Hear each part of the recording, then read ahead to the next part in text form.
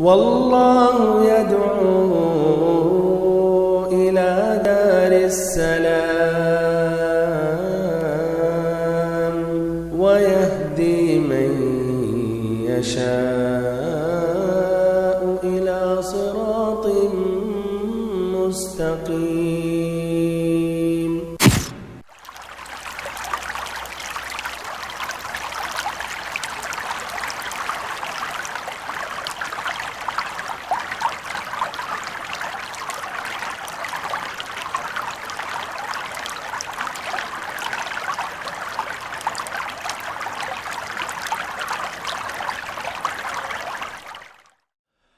إن الحمد لله نحمده ونستعينه ونستغفره ونعوذ بالله من شرور أنفسنا ومن سيئات أعمالنا، من يهده الله فلا مضل له ومن يضلل فلا هادي له، وأشهد أن لا إله إلا الله وحده لا شريك له، وأشهد أن محمدًا عبده ورسوله. أما بعد، فإن خير الحديث كتاب الله، وخير الهدي هدي محمد صلى الله عليه وسلم، وشر الأمور محدثاتها، وكل محدثة بدعة، وكل بدعة ضلالة، وكل ضلالة في النار، ونعوذ بالله من النار وما قرب إليه من قول وعمل، ونسأله سبحانه وتعالى الجنة وما قرب إليها من قول وعمل.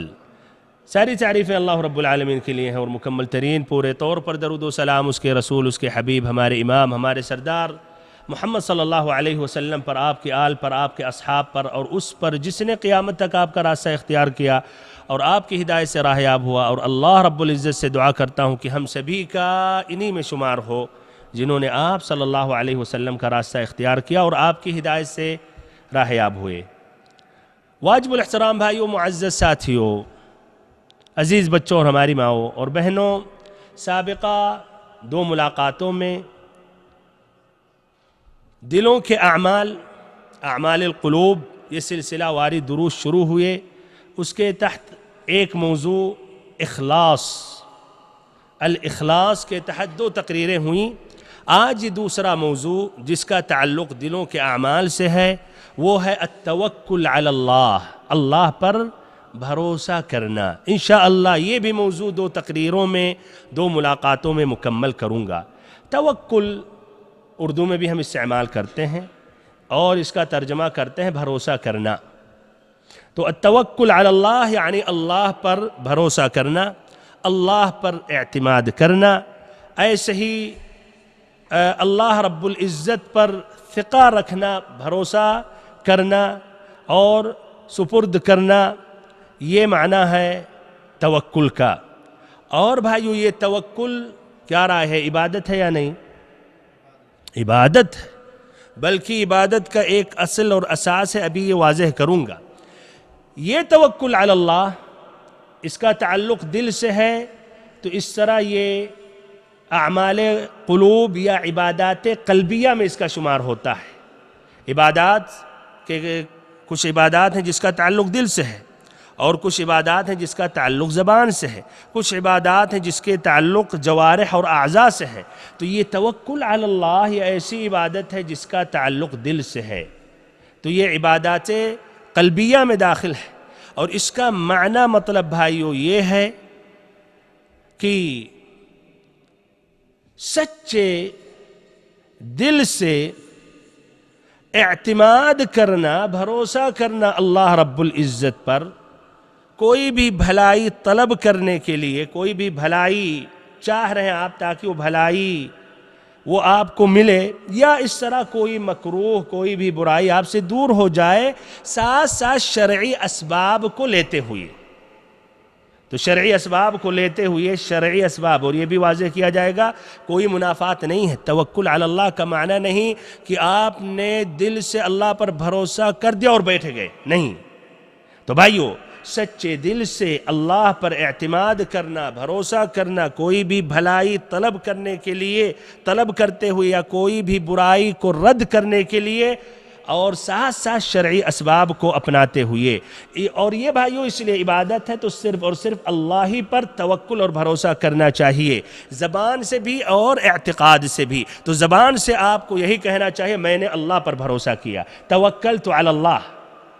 اور یہ جائز نہیں ہے کہ آپ کہیں میں نے آپ پر بھروسہ کیا، میں نے فلاں شخص پہ بھروسہ کیا، میں نے مدیر پر، امیر صاحب پر، ان پر بھروسہ کیا. نہیں، زبان سے ہم نے اللہ پر بھروسہ کیا، توکلت علی اللہ. اور دل سے بھی یہی عقیدہ ہونا چاہیے کہ آپ نے اللہ پر بھروسہ کیا. تو اس طرح دل سے غیر اللہ پر اعتماد کرنا جس میں آپ کی مصلحت ہے، فائدہ آپ چاہ رہے ہیں، بھلائی چاہ رہے ہیں یا نقصان کو دور کرنا چاہ رہے ہیں، کیا رہا ہے بھائیو؟ یہ جائز اور درست نہیں ہے. اسباب وہ الگ ہے کہ آپ اسباب اپنائیں، لیکن دل سے بھی بھروسہ اللہ ہی پر ہونا چاہیے، زبان سے بھی اور ایسے ہی دل سے بھی. بھائیو اور محترم ساتھیوں اور بہنوں، توکل علی اللہ کی حقیقت یہ ہے کہ آدمی اللہ پر بھروسہ کرے، اللہ تعالیٰ سے چاہے، اور لوگوں کے پاس یا لوگوں کے جو اختیار یا ان کے ہاتھوں میں ہے اس سے مایوس ہو جانا.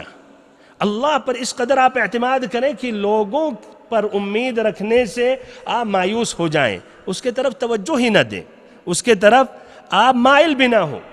اگرچہ فلاں شخص آپ کا کام کرنے کے لیے کوشش کرا، لیکن تب بھی آپ کو اس طرح اللہ پر بھروسہ کرنا چاہیے کہ آپ اس شخص سے مایوس ہو گئے ہیں اور اس کی طرف آپ توجہ نہیں دے رہے ہیں. بھائیو اور محترم ساتھیو، توکل علی اللہ یہ لفظ قرآن میں مفرد، جمع، ماضی، حاضر، مستقبل کے صیغے میں 42 مرتبہ آیا ہے، 42 مرتبہ آیا ہے. اور اس طرح اس کی یہ اہمیت واضح ہوتی ہے. ابن تیمیہ رحمہ اللہ کہتے ہیں فَإِنَّ التَّوَكُّلَ عَلَى اللَّهِ وَاجِبٌ مِّنْ أَعْظَمِ الْوَاجِبَاتِ کہ اللہ تعالیٰ پر بھروسہ کرنا یہ واجب ہے، بلکہ ایک عظیم متعدد واجبات میں سے ایک یہ عظیم اور ایک مہم اور ایک بہت ہی ضروری واجب ہے. كما ان الاخلاص للہ واجب، جس طرح کی الاخلاص اللہ تعالیٰ کے لیے ہر عمل کو خالص کرنا، اسی رب العزت کے چہرے کا ارادہ کرنا واجب ہے، تو ایسے ہی کیا التوکل علی اللہ. وقد امر اللہ بالتوکل فی غیر آیت اعظم مما امر بالوضوء وغسل الجنابہ. اور اللہ تعالیٰ نے کئی آیتوں میں التوکل علی اللہ کا حکم دیا، اور یہ اس کا حکم قرآن میں اس سے زیادہ آیا وضو کرنے سے اور جنابت سے غسل کرنے سے. یعنی زیادہ آیتیں بھائیو توکل علی اللہ کی ہیں یا مثلا وضو اور جنابت سے غسل کرنا، جبکہ یہ بھی دونوں ضروری ہیں، نماز کی ایک شرط ہے.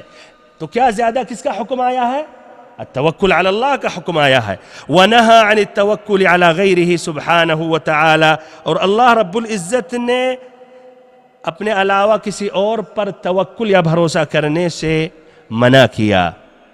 بھائی اور محترم ساتھیو، توکل کی اہمیت اور ایسے ہی اس کی ضرورت پر یہ چند باتیں سنیں. التوکل علی اللہ ایک عظیم مقام ہے اور اس کا گہرا اثر ہے.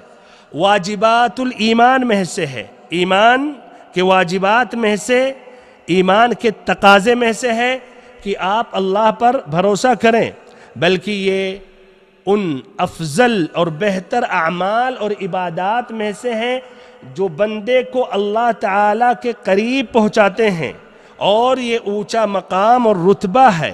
تمام امور بغیر اللہ پر بھروسہ کیے ہوئے اور اس سے مدد طلب کیے ہوئے کیا یہ امور پورے نہیں ہوتے ہیں، بندے کو توفیق نہیں ملتی ہے. اور ایسے ہی التوکل علی اللہ کا تعلق ہر چیز سے ہے، واجبات ہو، مستحبات ہوں، یا یہاں تک کہ مباحات ہوں، جائز چیزیں ہوں. اور لوگوں کی ضرورتیں بھائیوں لوگوں کی بہت ہی سخت ضرورت ہے. التوکل علی اللہ، اللہ پر بھروسہ کرنے کے لیے تاکہ اللہ تعالیٰ ان کی ضرورتوں کو پوری کرے.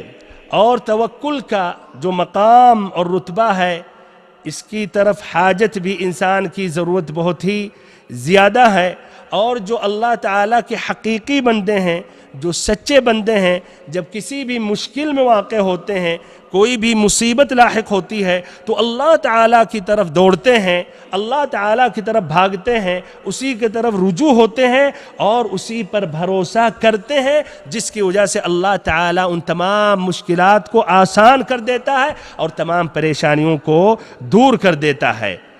ابن القیم رحمہ اللہ فرماتے ہیں وَلَوْ تَوَكَّلَ الْعَبْدُ عَلَى اللَّهِ حق توکلہ فی ازالة جبل من مکانہ وکان مأمورا بازالتہ لازالہ، کہ اگر بندہ اللہ پر بھروسہ کر بیٹھے کہ ایک پہاڑ اپنی جگہ سے زائل ہو جائے، ایک پہاڑ اپنی جگہ سے زائل ہو جائے، ہٹ جائے، اور اس کو اس کا حکم دیا گیا ہو، تو وہ پہاڑ بھی اللہ پر توکل کرنے کی وجہ سے زائل ہو جائے گا۔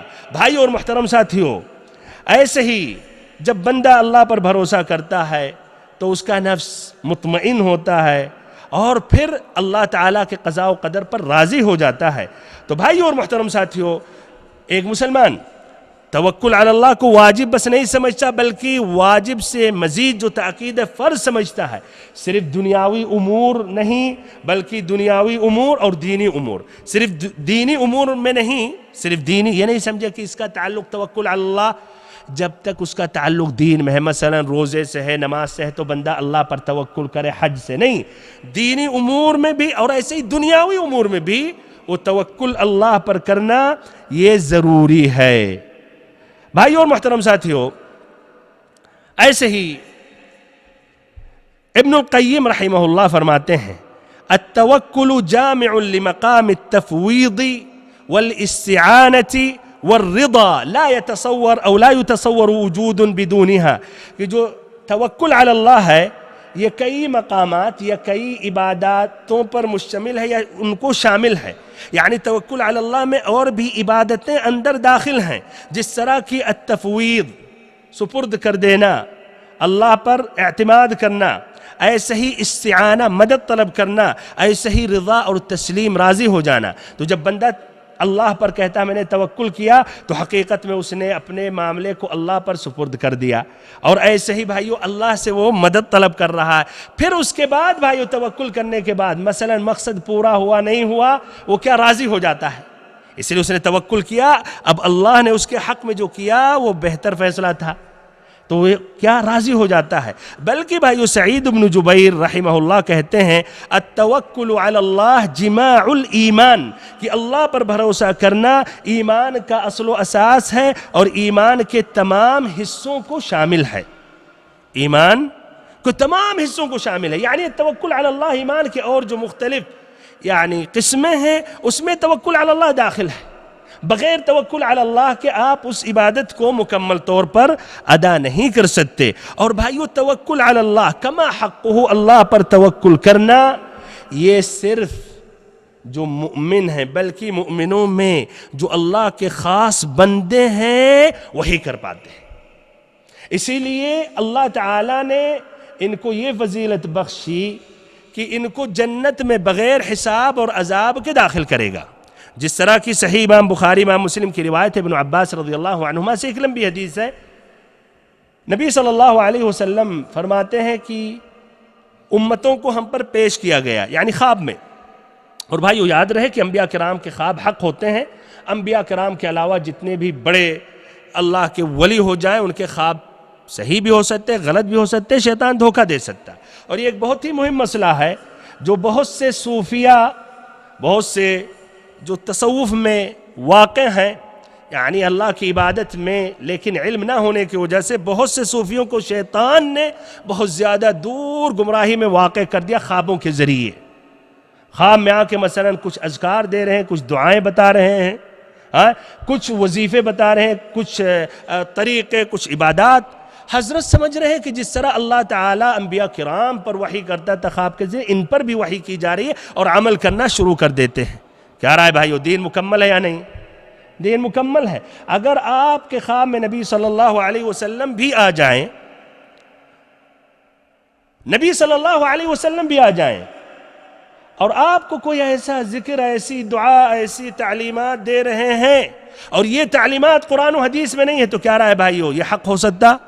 ہرگز نہیں۔ اور یقیناً وہ نبی صلی اللہ علیہ وسلم کا اصلی چہرہ نہیں تھا، بلکہ شیطان دوسری شکل اختیار کر کے آپ کو دھوکہ دے رہا، لیکن وہی جو تمیز نہیں رکھتے ہیں وہ اس میں واقع ہو جاتے ہیں اور اس طرح غیر شرعی عبادت کرنے لگتے ہیں اور اپنے آپ کو سمجھتے ہیں کہ میں تو بہت ہی عبادت گزار ہوں۔ ان کے بارے میں وہ آیت فٹ ہوتی ہے الذین ضل سعیہم فی الحیات الدنیا وہم یحسبون انہم یحسنون صنعا۔ یہ لوگ وہ ہیں جن کے اعمال گمراہی میں ہیں، غلط عمل کر رہے ہیں، یہ عمل محنت بس کر رہے ہیں، اور قیامت کے دن اور اپنے آپ کو سمجھ رہے ہیں کیا کہ میں اچھا یا بہتر کام کر رہا ہوں، جبکہ اللہ تعالیٰ کا ضل سعیہم، یعنی ان کا عمل یہ کیا گمراہی کی طرف لے جا رہا ہے، یا یہ غلط کام کر رہے ہیں، غلط عمل کر رہے ہیں۔ تو بہرحال بھائیو اور محترم ساتھیو، تو یہ بیچ میں بات آ گئی تھی، اصل موضوع نہیں ہے۔ تو نبی صلی اللہ علیہ وسلم کہتے ہیں کہ امتوں کو پیش کیا گیا ہم پر، تو میں نے دیکھا ایک نبی، ان کے ساتھ ایک رہط، ایک جماعت ہے، یعنی 3 سے 9۔ ایک نبی کو دیکھ رہا ہوں میدان محشر میں آ رہے ہیں، ان کے ساتھ ایک آدمی، 2 آدمی ہیں، صرف 1-2 آدمی، سبحان اللہ۔ اور ایک نبی ایسے میدان محشر میں آ رہے ہیں، ان کے ساتھ ایک بھی نہیں ہے۔ پوری زندگی یہ نبی دعوت دیتا رہا، کسی نے بھی ایمان نہیں لایا۔ اس طرح ہمیں اور آپ کو چاہیے بھائیو کہ ہم دعوت اللہ کا فریضہ انجام دیتے رہے، ہدایت اللہ کے ہاتھ میں۔ آپ نتائج ثمرات نہ ڈھونڈیں۔ ہاں، ہم نے یہ دعوت دی، اتنی لمبی تقریر میں نے کی، نصیحت دی، میں اس کے گھر گیا، سمجھایا، اور تب بھی مثلا نماز نہیں پڑھ رہا، تب بھی اپنے وہی گمراہی کا منہج اور راستہ اختیار کیا ہے۔ اللہ کے ہاتھ میں ہدایت دینا بھائیو، مایوس نہیں ہونا چاہیے۔ بہرحال پھر نبی صلی اللہ علیہ وسلم نے کہا، میں نے اور دیکھا ایک نبی حتی رفع الی سواد عظیم، یہاں تک کہ بہت بڑی تعداد میں ایک جماعت نظر آئی، تو میں سمجھا کہ ہماری امت ہے۔ تو ہم سے کہا گیا موسیٰ اور موسیٰ کی قوم ہے۔ پھر اس کے بعد سواد عظیم میں نے دیکھا تو کہا یہ آپ کی امت ہے۔ وَمَعَهُمْ 70,000 يَدْخُلُونَ الْجَنَّةَ بِغَيْرِ حِسَابٍ وَلَا عَذَابٍ، اور میں نے دیکھا ان میں 70,000 جنت میں داخل ہو رہے بغیر حساب اور عذاب۔ اللہ اکبر، نہ ان کا نہ حساب لیا جا رہا ہے۔ یا اللہ، کتنی بڑی خوش نصیبی بھائیو۔ حساب یہ بہت بڑا مسئلہ ہے۔ تصور کیجئے اللہ تعالیٰ آپ کا حساب لے گا قیامت کے دن، آپ اکیلے ہوں گے اور آپ کے مد مقابل اللہ رب العزت، اور وہ بھی پورے آپ کی فائل، جو زندگی میں جو کچھ کیے ہیں، جو تنہائی کمرے میں وہ گناہ جو کوئی نہیں جانتا ہے لیکن آپ کے صحیفے میں موجود ہے۔ بہرحال تو یہ بھائیو کتاب، ان سے حساب نہیں لیا جائے گا، نہ ایسے ہی سابقہ عذاب میں پہلے مثلا جائیں گے، کچھ مدت کے بعد نکالے جائیں گے، نہیں، ڈائریکٹ جنت میں۔ یہ کہہ کر نبی صلی اللہ علیہ وسلم گھر میں داخل ہو گئے۔ صحابہ کرام اب آپس میں پوچھنے لگے کون 70,000 ہیں؟ کچھ نے کہا شاید یہ نبی صلی اللہ علیہ وسلم کی جنہوں نے رفاقت اختیار کی وہ لوگ ہوں گے، کچھ نے کہا شاید وہ ہیں جن کی ولادت ہوئی اسلام کی حالت پر اور اسلام ہی، پھر اس طرح انہوں نے اللہ کے ساتھ کسی کو شریک نہیں ٹھہرایا۔ اس سے بھی اندازہ لگائیے کہ صحابہ کرام کے نزدیک شرک کی کتنی بڑی قباحت، اور یہ جانتے تھے کتنا سنگین جرم ہے۔ تو کہا شاید وہ جو اسلام ہی میں پیدا ہوئے، اسلام کی حالت پر پیدا ہوئے، آنکھ کھلی ان کی تو اسلام، مسلمان تھے، گھر والے بھی، اور انہوں نے شرک نہیں کی۔ بہرحال اور بھی باتیں انہوں نے کہی، یہاں تک کہ نبی صلی اللہ علیہ وسلم اپنے گھر سے نکلے اور یہاں جب پہنچے تو صحابہ کرام نے اپنی یہ باتیں نبی صلی اللہ علیہ وسلم کے سامنے رکھے، تو آپ صلی اللہ علیہ وسلم نے کہا نہیں، یہ وہ لوگ ہیں، ہم الذین لا یسترقون، وہ لوگ ہیں جو رقیہ نہیں طلب کرتے ہیں، رقیہ نہیں طلب کرتے ہیں۔ رقیہ کی 2 قسمیں، شرعی اور غیر شرعی۔ تو شرعی رقیہ بھی نہیں طلب کرتے ہیں قرآن اور صحیح حدیثوں سے، نہ، اور بدرجہ اولا غیر شرعی جو اکثر یہ دعا، تعویذ اور یہ نمبرات اور یہ بکواس سے ہوتے ہیں، تو یہ کسی قسم کا رقیہ طلب بھی نہیں کرتے ہیں۔ اس قدر اللہ پر بھروسہ کہ رقیہ طلب ہی نہیں کرتے ہیں۔ ولا یکتوون، ایسے آگ سے علاج نہیں کرتے ہیں، جو آگ سے جو داغا جاتا ہے، ولا یکتوون، جبکہ یہ جائز ہے۔ ولا یتطیرون، بدفعلی بدشگونی نہیں لیتے ہیں، کسی چیز کو منحوس نہیں سمجھتے ہیں، جس طرح کہ ہمارے معاشرے میں عام ہو گیا ہے۔ بہت سے لوگ کسی کو دیکھ لیے، ان کا کام پورا نہیں ہوا تو کہا شاید یہ منحوس چہرہ ہے۔ آج نہیں جانتا ہوں میں نے کس منحوس آدمی کا چہرہ دیکھ لیا جس کی وجہ سے مثلا ہمارا کام نہیں ہوا۔ بلی راستہ کاٹ دے تو پریشان ہو جاتے ہیں۔ یار ایک بلی آپ کی تقدیر بدل سکتی ہے، وہ بیچاری کمزور جانور پہیوں کے نیچے آ جاتی ہے، ذرا بھی آگے پیچھے بات ہوتی ہے، وہ آپ کی تقدیر بدل سکتی ہے۔ بہرحال اس قدر بھی ایسے مسلمان ہیں، اللہ ان کو ہدایت دے۔ وجہ کیا ہے؟ یہ عقیدے میں خلل، کمزوری اور دوری کی وجہ سے۔ بہرحال تو یہ بھائیو بدفعلی بدشگونی نہیں لیتے ہیں، کسی چیز کو منحوس نہیں سمجھتے ہیں۔ نمبر 4، وعلی ربہم یتوکلون، اور اپنے رب پر بھروسہ کرتے ہیں۔ اس کی وجہ سے بھائیو یہ جنت میں بغیر حساب اور عذاب کے داخل ہوں گے۔ بہرحال بھائی اور محترم ساتھیو، ان صحابہ کرام میں سے جو اللہ پر بھروسہ کرتے تھے، اعتماد کرتے تھے، صبر کرتے تھے اور اپنے معاملے کو اللہ کے حوالے کر دیتے تھے، ان میں سے عمران ابن حسین رضی اللہ عنہ ہیں۔ انہیں بواسیر کی بیماری تھی، تب بھی صبر کرتے تھے اس کے علم پر۔ تو آتا ہے کہ فرشتے ان سے سلام کرتے تھے، اور ایک مرتبہ انہوں نے الکوی یعنی آگ سے جو داغنا ہوتا ہے، جو داغا جاتا ہے موضع علم، انہوں نے یہ کوی کیا، آگ سے دگایا، جس کی وجہ سے فرشتے پھر سلام کرنا چھوڑ دیے۔ پھر انہوں نے الکئی کرنا چھوڑا تو دوبارہ وہ فرشتے سلام کرتے رہے۔ یہ اللہ تعالیٰ بطور کرامت دی تھی، اور یہ حدیث بھائیو مسلم شریف کی حدیث ہے۔ تو اللہ پر بھروسہ کرنا ایک اونچی صفت ہے، اور یہ مومنوں کا ایک شعار ہے، علامت ہے، اور ایسے ہی اہل ایمان کی ایک یہ بھائیو بین نشانی ہے، جس طرح کہ اللہ تعالیٰ نے فرمایا مومنوں کے بارے میں، إنما المؤمنون الذين إذا ذكر الله وجلت قلوبهم وإذا تليت عليهم آياته زادتهم إيمانا وعلى ربهم يتوكلون۔ سورة الانفال آیت نمبر 2 میں کہ ایمان والے تو ایسے ہوتے ہیں جب اللہ کا ذکر ہوتا ہے تو ان کے دل میں خوف طاری ہو جاتا ہے، جس طرح مجالس ذکر ہے بھائیو، مجالس علم۔ وَإِذَا تُلِيَتْ عَلَيْهِمْ آيَاتُهُ زَادَتْهُمْ إِيمَانًا، جب اللہ تعالیٰ کی آیتوں کی تلاوت کی جاتی ہے، سنتے ہیں، تو کیا بھائیو ان کے ایمان میں اضافہ ہو جاتا ہے۔ زَادَتْهُمْ إِيمَانًا، اس سے واضح ہو رہا کہ ایمان گھٹتا اور بڑھتا ہے، اور ایمان کے اضافہ یا ایمان کو زیادہ یا مضبوط کرنے کے لیے قرآن مجید کی آیتوں کا پڑھنا سننا بہت ہی ضروری ہے۔ وَعَلَىٰ رَبِّهِمْ يَتَوَكَّلُونَ، اور اپنے رب پر بھروسہ کرتے ہیں۔ تو یہ مومنوں کی ایک اہم صفت میں سے ہے۔ اللہ رب العزت نے ایسے ہی ابراہیم علیہ السلام اور ان کی قوم، ان کے ساتھ جو اہل ایمان تھے، ان کی تعریف بیان کی۔ ان کے بارے میں فرمایا رب العزت نے کہ انہوں نے کہا ربنا علیک توکلنا وإلیک انبنا وإلیک المصیر، سورۃ الممتحنہ آیت نمبر 4، کہ اللہ ہم نے آپ پر یا تجھ پر بھروسہ کیا، اور ایسے ہی تیری طرف ہم رجوع ہوتے ہیں، اور ایسے ہی وإلیک المصیر، اور تیرے طرف ہم سبھی کو واپس ہونا ہے، لوٹنا ہے۔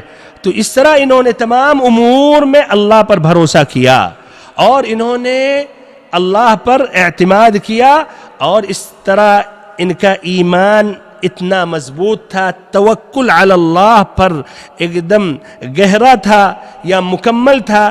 اللہ تعالیٰ نے ہم سبھی کو حکم دیا کہ ہم ان کو اپنا بہترین نمونہ بنا لیں، اور ایک بہترین نمونہ ان کو سمجھیں، جس طرح کی اسی آیت کی ابتدا میں اللہ تعالیٰ نے فرمایا قد كانت لكم اسوة حسنة في ابراہیم والذین معه، فی ابراہیم والذین معه، کہ تم سبھی کے لیے بہترین نمونہ ہے ابراہیم علیہ السلام اور ان کے ساتھ جنہوں نے ایمان لایا۔ پھر اللہ تعالیٰ نے یہ ذکر کیا۔ ایسے ہی اصحاب نبی محمد صلی اللہ علیہ وسلم غزوہ احد کے بعد، جانتے ہیں غزوہ احد میں معمولی مخالفت کی وجہ سے مسلمان جیتے ہوئے شکست کھا گئے، لیکن اللہ تعالیٰ نے رحم فرمایا، وہ مشرکین مکہ مدینہ میں داخل نہیں ہوئے، یعنی مزید انہوں نے اس طرح نقصان نہیں پہنچایا، جبکہ جیتے ہوئے تھے۔ اگر چاہتے لیکن توفیق نہیں ہوئی تو اور بھی نقصانات مسلمانوں کو لاحق کرتے، لیکن اللہ تعالیٰ نے مسلمانوں کی حفاظت کی۔ اس کے بعد بھائیو ڈرایا گیا مسلمانوں کو کہ یہ تو بہت بڑا لشکر اور یہ بہت زیادہ لوگ جمع ہو رہے ہیں مسلمانوں سے جنگ کے لیے، اور ان کو ڈرایا گیا۔ تو کیا رہا ہے بھائیو؟ ڈر گئے۔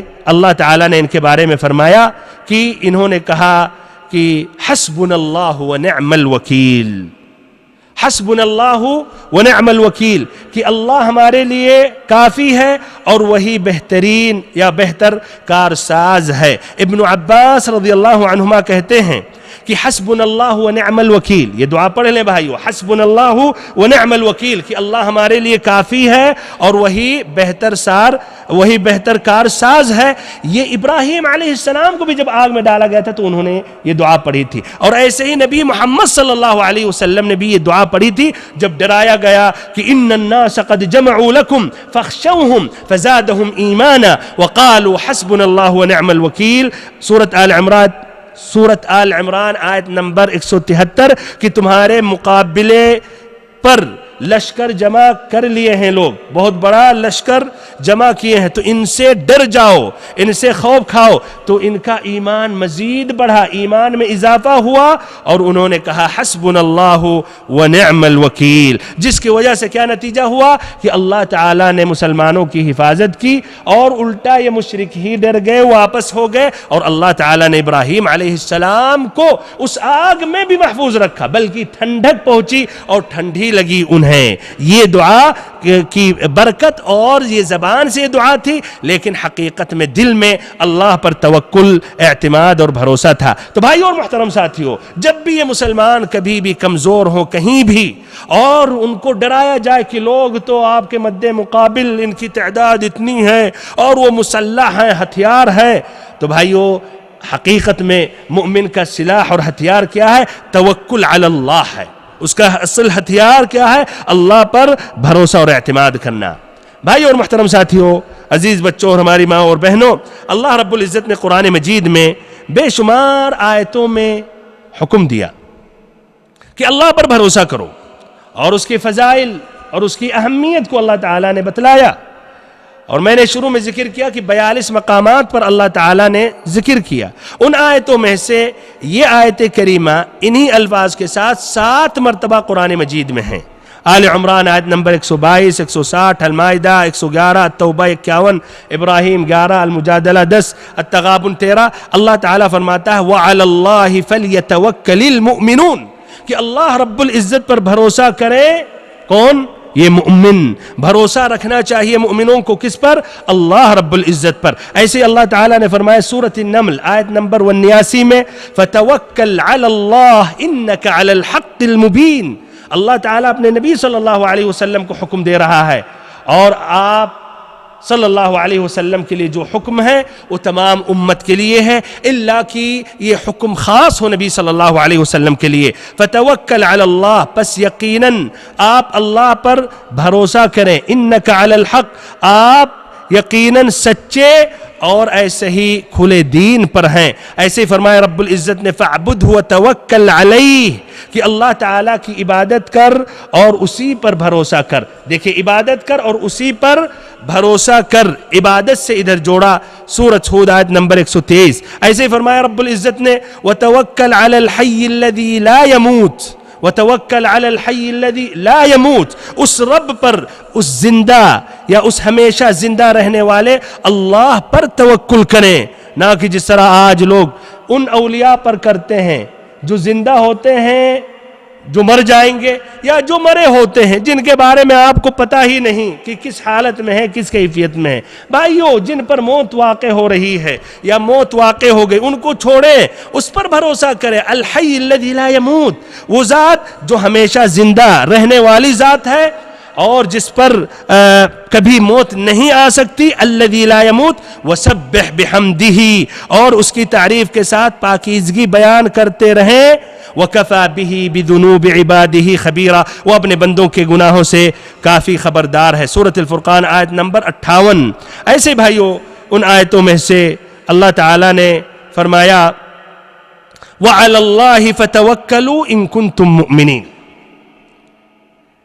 کہ اللہ تعالیٰ پر بھروسہ کرو اگر تم مؤمن ہو.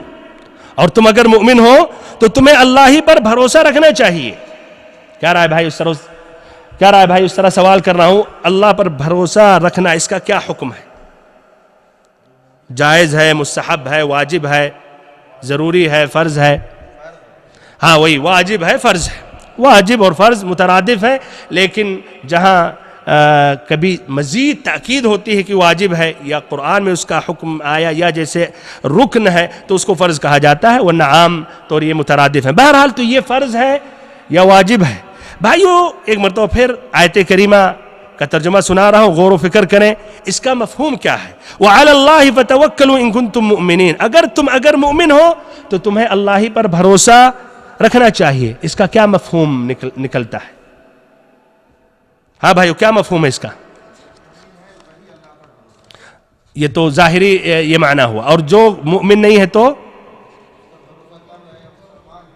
اس کا معنی کہ بھائیو ایمان کی شرط ہے اللہ پر بھروسہ، ایمان کی شرط میں سے اللہ پر بھروسہ کرنا۔ تو جو آدمی اللہ پر بھروسہ نہیں کرتا تو مومن نہیں ہے۔ آیت کریمہ کا یہی مفہوم ہے، وَعَلَى اللَّهِ فَتَوَكَّلُوا إِن كُنتُم مُؤْمِنِينَ، اگر تم یقیناً یا سچ میں تم مؤمن ہو تو اللہ پر بھروسہ کرو۔ اس کا مفہوم یہ ہے کہ اگر تم مؤمن نہیں ہو، یعنی ایمان کے دائرے سے باہر ہو، تو پھر تم یعنی بھروسہ نہیں کرو، یا جو ایمان جس کے دل میں نہیں ہے تو وہ اللہ پر بھروسہ نہیں کرتا ہے۔ اس طرح بھائیو یہی مفہوم سورۃ یونس کی آیت نمبر 84 سے، جس میں اللہ تعالیٰ نے موسیٰ علیہ السلام کا واقعہ ذکر کیا، جب انہوں نے اپنی قوم سے کہا کہ داخل ہو بیت المقدس میں، تو انہوں نے کہا یا قوم ان کنتم آمنتم باللہ فعلیہ توکلوا ان کنتم مسلمین، کہ ہماری قوم اگر تم نے اللہ پر ایمان لایا تو اسی پر بھروسہ کرو اگر تم مسلمان ہو۔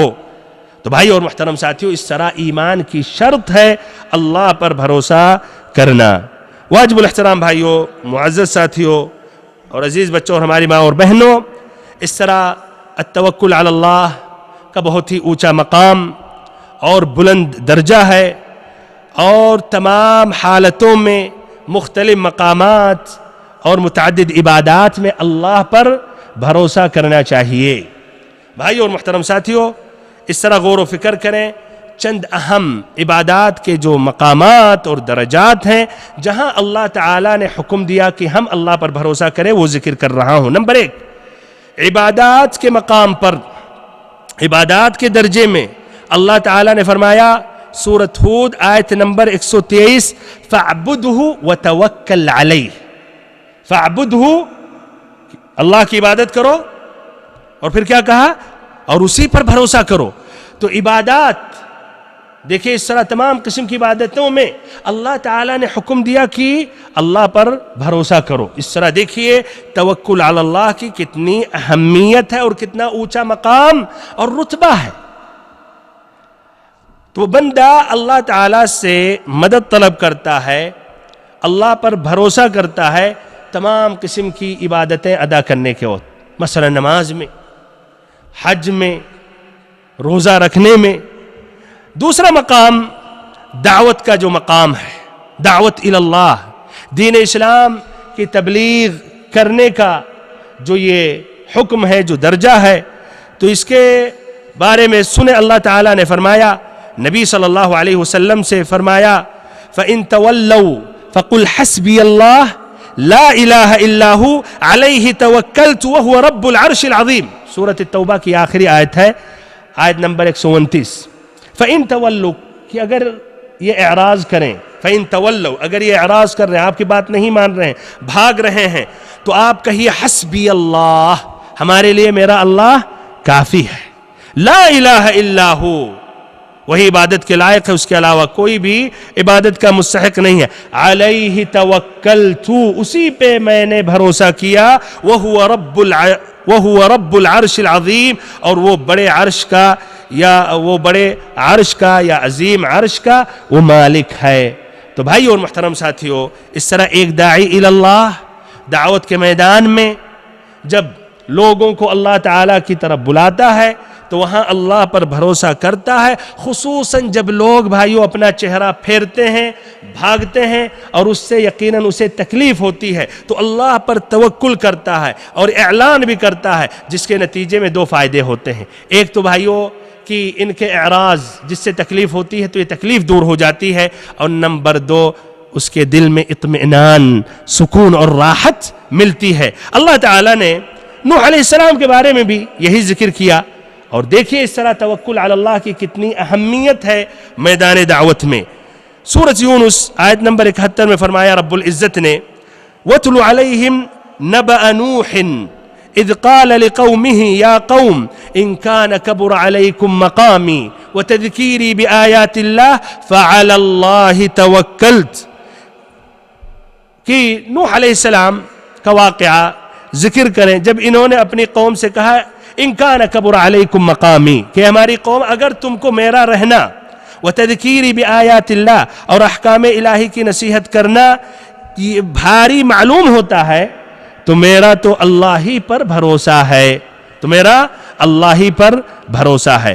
تو بھائی اور محترم ساتھیو، اس طرح یہ مقام دعوت اللہ. نمبر 3، حکم اور فیصلہ، شرعی فیصلہ کرنے کے مقام اور درجے پر اللہ تعالیٰ نے حکم دیا کہ توکل کیا جائے اللہ تعالیٰ پر. فرمایا رب العزت نے سورۃ الشورى آیت نمبر 10 میں وَمَا اخْتَلَفْتُمْ فِيهِ مِنْ شَيْءٍ فَحُكْمُهُ إِلَى اللَّهِ ذَلِكُمُ اللَّهُ رَبِّي عَلَيْهِ تَوَكَّلْتُ وَإِلَيْهِ أُنِيبُ. جس چیز میں تمہارا اختلاف ہو تو کیا کرو، فَحُكْمُهُ إِلَى اللَّهِ، اس کا فیصلہ اللہ کی طرف ہے. ذَلِكُمُ اللَّهُ، وہی تمہارا اللہ، ذَلِكُمُ اللَّهُ، وہی اللہ میرا رب ہے. عَلَيْهِ تَوَكَّلْتُ، اس پہ میں نے بھروسہ کیا. وَإِلَيْهِ أُنِيبُ، اور اسی کے لیے جھکتا ہوں یا اللہ تعالیٰ کی طرف رجوع ہوتا ہوں. تو بھائی اور محترم ساتھیو، شرعی فیصلہ جب بندہ کرتا ہے، ایک حاکم، ایک قاضی، تو اس وقت اللہ پر بھروسہ کرتا ہے اور پھر کوئی مبالات نہیں کرتا ہے، لوگوں کی طرف توجہ نہیں دیتا ہے، اس سے وہ خوش ہیں یا غیر خوش ہیں، راضی ہیں غیر راضی ہیں. چوتھا مقام، دشمنوں سے جنگ، لڑائی اور جہاد فی سبیل اللہ کے وقت اللہ تعالیٰ نے فرمایا سورۃ آل عمران میں آیت نمبر 121 اور ایسے ہی 122 میں وَإِذْ غَدَوْتَ مِنْ أَهْلِكَ تُبَوِّئُ الْمُؤْمِنِينَ مَقَاعِدَ لِلْقِتَالِ وَاللَّهُ سَمِيعٌ عَلِيمٌ إِذْ هَمَّتْ طَائِفَتَانِ مِنْكُمْ أَنْ تَفْشَلَا وَاللَّهُ وَلِيُّهُمَا وَعَلَى اللَّهِ فَلْيَتَوَكَّلِ الْمُؤْمِنُونَ. اللہ تعالیٰ نے ذکر کیا غزوہ بدر کا کہ جب نبی صلی اللہ علیہ وسلم بانٹ رہے تھے، صحابہ کرام کو اپنی اپنی جگہوں پر مقرر کر رہے تھے، دو جماعتیں ایسی تھیں قریب تھیں کہ وہ پست ہمتی ہو جائیں، لیکن اللہ تعالیٰ ان دونوں جماعتوں کا مددگار تھا. پھر کہا وَعَلَى اللَّهِ فَلْيَتَوَكَّلِ الْمُؤْمِنُونَ، اور مؤمنوں کو چاہیے اپنے رب پر بھروسہ کریں، توکل کریں، اسی پاک ذات پر مؤمنوں کو بھروسہ رکھنا چاہیے. بھائیو اور محترم ساتھیو، اس طرح کمزوری کے وقت اللہ پر بھروسہ کرنا چاہیے، قوت کے وقت بھی اللہ ہی پر بھروسہ کرنا چاہیے. غزوہ حنین کا واقعہ جانتے ہیں، مسلمانوں کی تعداد 12,000 ہو گئی.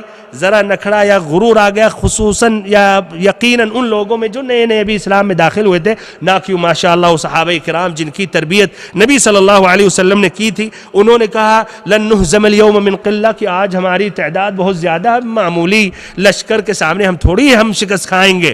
سبحان اللہ، شروع میں بھگدڑ مچ گئی، بھاگنے لگے، قریب تھا کہ شکست ہو جائے ان کی، لیکن اللہ تعالیٰ نے ان کی مدد کی. تو بہرحال قوت کے وقت بھی اللہ پر بھروسہ کرنا ضروری ہے، کمزوری کے وقت بھی اللہ پر بھروسہ کرنا ضروری ہے، جنگ اور قتال ختم ہو جائے تب بھی اللہ پر بھروسہ کرنا ضروری ہے.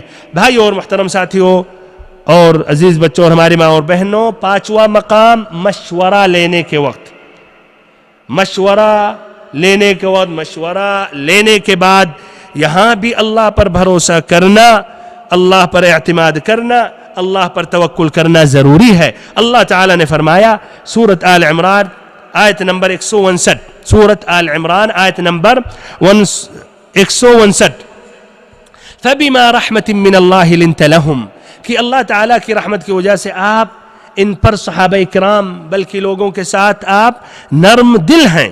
وَلَوْ كُنْتَ فَظًّا غَلِيظَ الْقَلْبِ لَانفَضُّوا مِنْ حَوْلِكَ، اور اگر آپ بدزباں ہوتے اور سخت دل والے ہوتے تو آپ کے پاس سے بھاگ جاتے، آپ کو چھوڑ دیتے.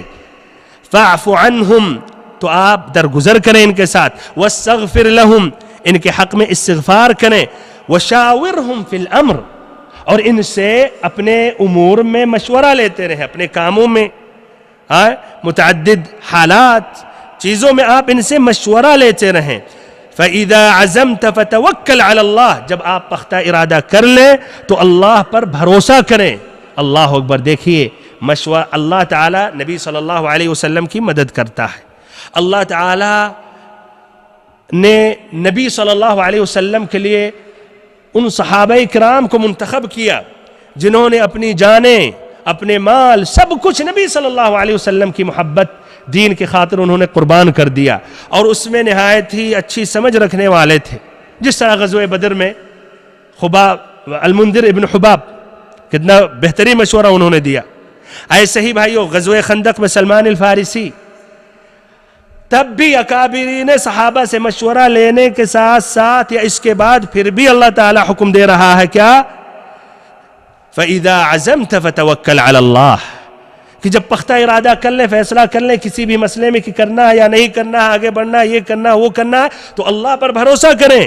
ان اللہ یحب المتوکلین، بے شک اللہ تعالی جو اللہ پر بھروسہ کرتے ہیں ان سے محبت کرتا ہے، ان کو پسند کرتا ہے، ان کو چاہتا ہے۔ تو بھائیو اور محترم ساتھیو، آدمی کو گھمنڈ یا غرور نہیں کرنا چاہیے کہ میں تو بہت ہی سمجھدار ہوں، یا اس کے پاس اچھے عقل مند سمجھدار لوگ ہیں، جتنے بھی عمدہ قسم کے مشورے دیتے رہیں تو یہ نہ کہے کہ ہمیں ضرورت نہیں ہے۔ اللہ پر بھروسہ کرے، اللہ پر اعتماد کرے، غرور یا گھمنڈ نہ کرے۔ چھٹا مقام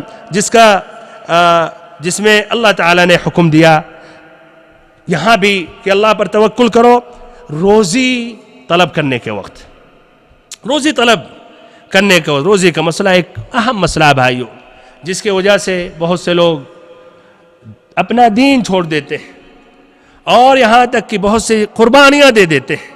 اللہ المستعان۔ دیکھیے ایک بہترین طریقہ، راستہ، ذریعہ روزی کا اللہ تعالیٰ فرماتا ہے،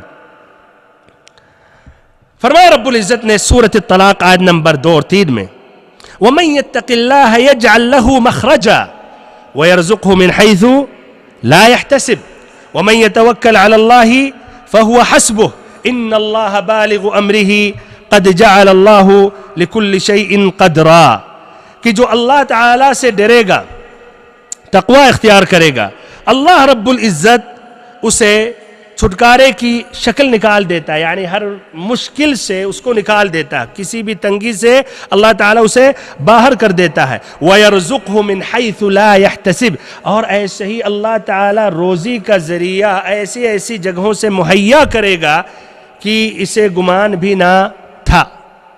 اللہ تعالیٰ روزی دینے والا بھائیو، اللہ تعالیٰ کا ان اللہ هو الرزاق کا لفظ استعمال کیا، رازق بس نہیں، الرزاق، فعال کا وزن عربی میں آتا ہے تأکید کے لیے، اور اس کی مزید یعنی اس کے معنی کو مضبوطی دینے کے لیے، ان اللہ هو الرزاق۔ تو اللہ تعالیٰ ایسی جگہیں، ایسی راہیں فراہم کر دیتا ہے کہ اسے گمان بھی نہیں ہوتا ہے۔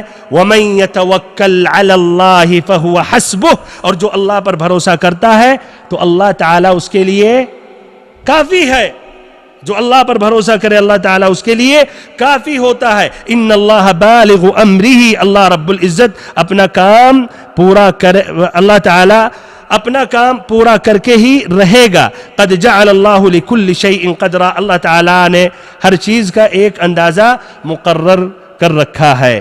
ابن کثیر رحمہ اللہ فرماتے ہیں بھائیو، وفی هذه الآیہ فضل التوکل وأنه من اعظم الاسباب في جلب المنافع ودفع المضار، کہ اس آیت میں توکل علی اللہ کی فضیلت ہے، اور توکل علی اللہ ایک عظیم سبب ہے، یہ ایک عظیم سبب ہے، مختلف اسباب میں سے سب سے عظیم سبب ہے منافع، فائدے جس میں روزی بھی ہے وہ حاصل کرنے کے لیے، اور نقصانات، تکالیف یا تکلیفوں کو دور کرنے کے لیے۔ پھر کہتے ہیں نبی صلی اللہ علیہ وسلم نے فرمایا، لو انکم توکلتم علی اللہ حق توکلہ لرزقکم کما یرزق الطیر تغدو خماصا وتروح بطانا، رواہ الترمذی وصححہ الالبانی، کہ نبی صلی اللہ علیہ وسلم نے فرمایا اگر تم لوگ اللہ پر بھروسہ کرتے، کما حقہ، جس طرح اللہ تعالیٰ پر تمام توکل ہونا چاہیے، تو اللہ تعالیٰ تمہیں بھی روزی دیتا، جس طرح پرندے کو روزی دیتا ہے۔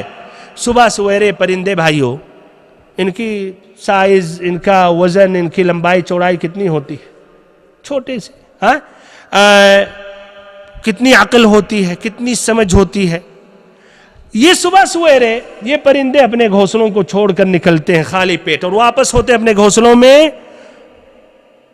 پورے مکمل کھانا کھا پی کر واپس ہوتے ہیں اور پھر سکون سے بھائیو پھر وہ رات گزارتے ہیں۔ تو نبی صلی اللہ علیہ وسلم کہہ رہے ہیں اللہ پر اگر ویسے ہی بھروسہ کرتے کما حقہ، جس طرح بھروسہ کرنا چاہیے، جس طرح کی یہ پرندے، تو اللہ تعالیٰ تمہیں ایسے ہی روزی دیتا۔